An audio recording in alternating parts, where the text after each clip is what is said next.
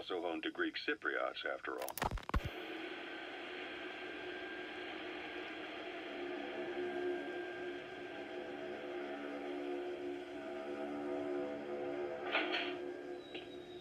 You're up. We're changing ships? We can't go sailing the Suez in a whaler. The Suez Canal. When did they reopen it? Not long after you were attacked. Once they finished sweeping it for mines after the Arab-Israeli conflict. Can you stand? We're going to transfer to a container ship for passage through the Suez. Our destination is Pakistan, Afghanistan's neighbor to the south. There, we disembark and head via Peshawar to the Zero Line, the border. We'll travel to the Khyber Pass by road. And then? We continue on horseback. Afghanistan's main roads are under Soviet control. We'll need to go around them. It'll be all narrow, winding paths through the mountains. We'll do better on horseback. It's a local guerrilla tactic. They use the higher ridges to avoid air recons. Then they charge down the mountains for ambushes. The Soviets still haven't devised a counter-strategy. Our time frame is only half as much as we really need. It's gonna be a tough march. Better horses than boats. Well, it'll make for good physiotherapy. Take the time to get used to that new arm. While the Soviets have indicated they are not participating in the Los Angeles Olympics, primarily because the United States has made no attempt to guarantee the safety of the Soviet Union's athletes, the United States is increasingly demonstrating the belief that the issue has nothing to do with its preparations, and in fact this is retaliation for the Western nations' boycott of the previous Moscow Olympics. That concludes today's news. That's quite some news. The Soviet Union not attending the LA Olympics? Yeah. Andropov's death has changed some things.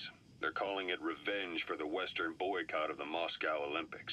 Countries boycotted the Moscow Olympics? Yes. In protest of the Soviet Union's invasion of Afghanistan. Over 50 countries were absent. It's too bad I didn't get to see Yamashita's judo. When the 40th Army crossed the Amu River 4 years ago, détente went right out the window. The U.S. Congress chose not to ratify SALT II, and Reagan's hardline politics won him the presidency in a landslide. According to him, the Soviet Union's an evil empire. A second Cold War. And there's been no end to regional conflicts and civil wars. Lebanon, the Falklands, Grenada, Iran, Iraq. The story never changes. Egypt and Israel did sign a peace treaty. But then the driving force on the Egyptian side, President Sadat, was assassinated afterward. Apparently his actions were considered a betrayal of his fellow Arabs. Islamic extremists? Yes. Fundamentalist extremists have been responsible for some bold acts of terrorism in recent years. We've had extremist students in Iran take U.S. embassy workers hostage, and suicide bombings in Lebanon. Over 300 foreign soldiers stationed there have been killed.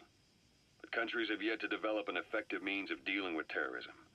Afraid of losing their own men, they've pulled their forces out, handing private forces a golden opportunity. Private forces? Small armies with no national affiliation, working for the highest bidder. That's right, they got the idea from you. After Mother Base went down, they began spreading to meet the soaring demand.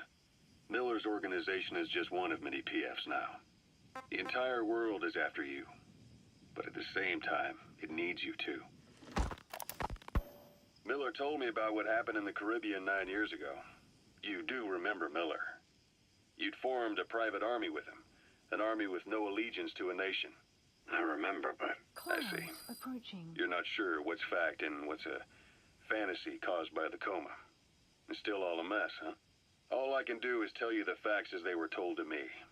I've gone easy on you up until now, but this is where the hard stuff begins. 1974, the year before you entered your coma. You were in Colombia, operating with a small unit of men, basically mercenaries. Miller was among them. Miller was trying to find a way to turn his and your talents into a line of work. He was looking to start a business where you would fight on behalf of others around the world, those who needed military force. But the reality was, at that time, you didn't have enough gear to equip your own men. Then Miller came across this client. It was a huge job he was offering, but you had a shot at pulling it off. You accepted it and headed into Costa Rica. The client even threw in an offshore facility in the Caribbean. The Mother Base. That would be your new base of operations. Miller sure did have a head for business.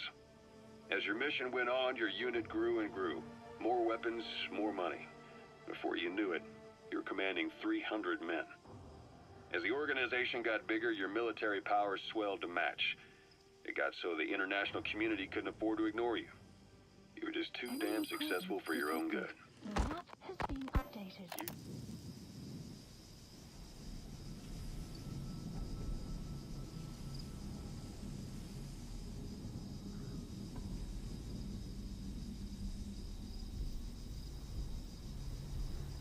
You, your men, had worn out your welcome.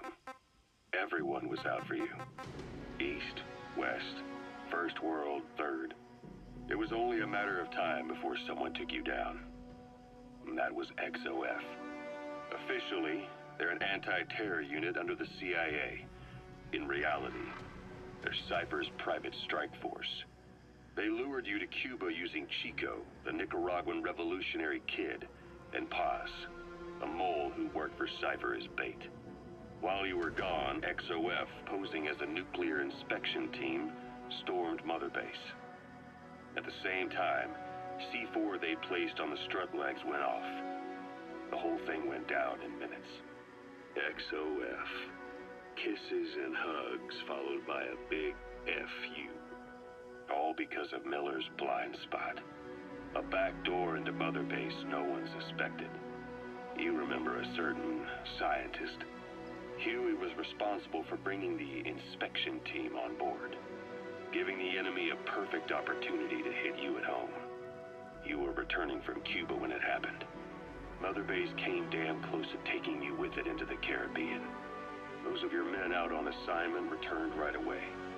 They refused to believe the wreckage in the water they found was Mother Base. But they checked the coordinates again and again, until reality finally settled in. You were supposed to die that day. That was XOF's primary objective. As far as most folks know, you did. The first doctor to see you wasn't even sure what he was looking at. Before they'd even finished operating, your men moved you to that hospital in Cyprus. It was a woman named Eva who arranged that. Rings a bell, huh? Most men in your condition would have been written off right from the start. But you survived. You went straight down to hell, and they pulled you out. Your eye wide open. Full of venom. The days of naked Snake are long gone. Welcome back, Venom Snake. This world still needs you.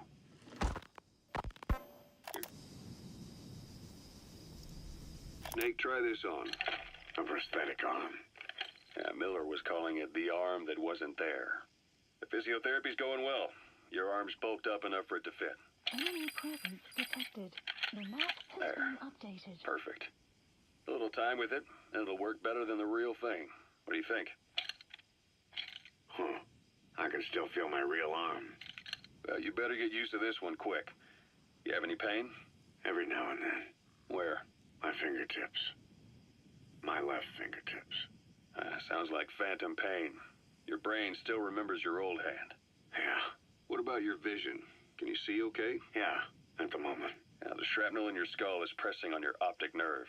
I'm told any hard impact could have an effect on your visual cortex. Yeah. The doctor mentioned that. Your brain might process visual information incorrectly. In other words, you could have hallucinations. You might see things that aren't there, or not see things as they really are. You experience any of that? I think so. When? Right after I wake up. Colors look faded. Colors, huh? Well, that's not a major concern in and of itself, but it could mean the difference between life and death in the field. You'll need to watch out for that. I will. All right. You should continue your physio. We'll be arriving soon. It's the last chance you'll get.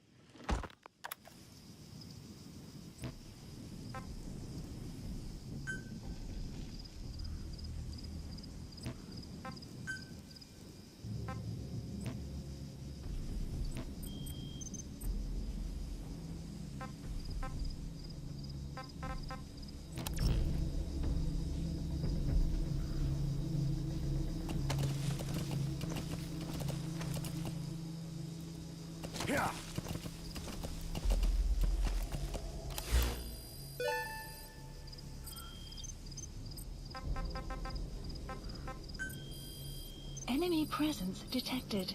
The map has been updated.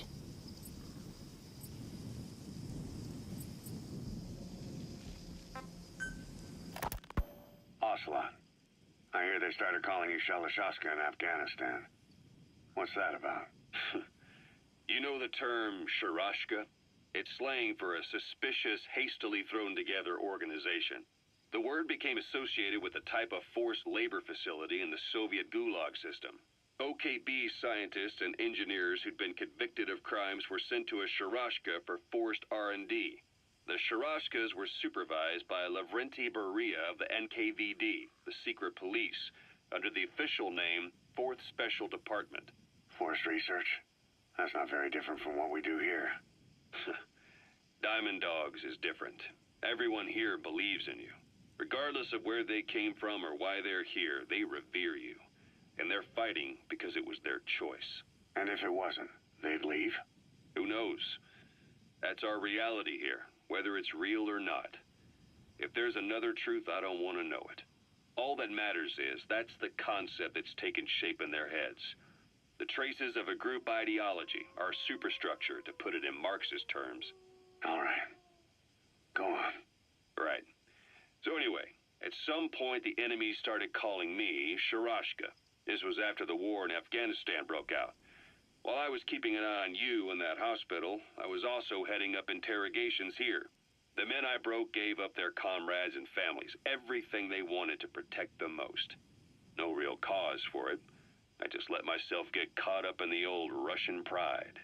And suddenly I received the honor of becoming Special Interrogation Advisor to the forced labor camps. But the more men I interrogated, the more people saw me as just that, the interrogator. It helped cover my real objective of keeping you safe. You went that far for me? Far enough to keep you alive. I ended up being pretty well known among the Afghan guerrillas. Some of them would have seen me on the battlefield, and that's how I got the second half of the name. Shashka. It's a sword, a type of saber from the Caucasus. Russian dragoons and Cossacks carried them into battle. Now, the Russian Empire had a general by the name of Fyodor Arturovich Keller. His bravery earned him the nickname Russia's Greatest Shashka. Someone must have known about that, because somewhere along the line, Shashka got stuck on the end of Sharashka. The guerrillas were using the name amongst themselves, and by the time I got to hearing about it, pronunciation had wound up as Shalashashka. So, half Gulag, half hero sword. Is a perfect fit. But you see how rumors and ideas about people can get out of hand fast.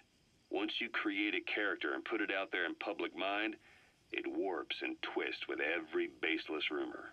And before you know it, all people see are phantoms. In my case, it works out just fine. I'm plenty used to working under aliases.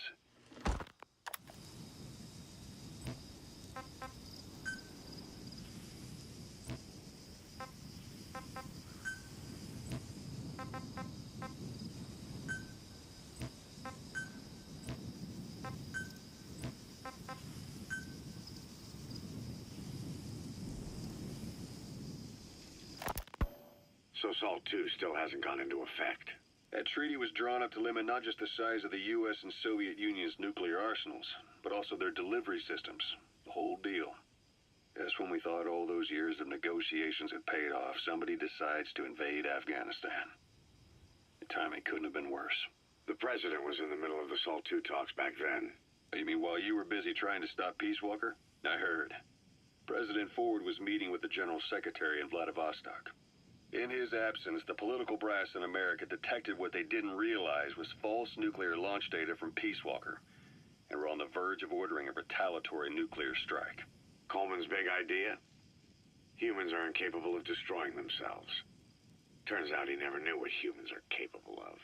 If that AI, the boss, hadn't found a way to stop the fake data transmission, they probably would have gone ahead with the launch. Deterrence was revealed as the pipe dream it was. All thanks to you. And her. The U.S.-Soviet talks looked set to fall through. What happened in Nicaragua no doubt helped trigger a change of heart. But in the end... The time's define the politics. When you've grabbed their tail, they turn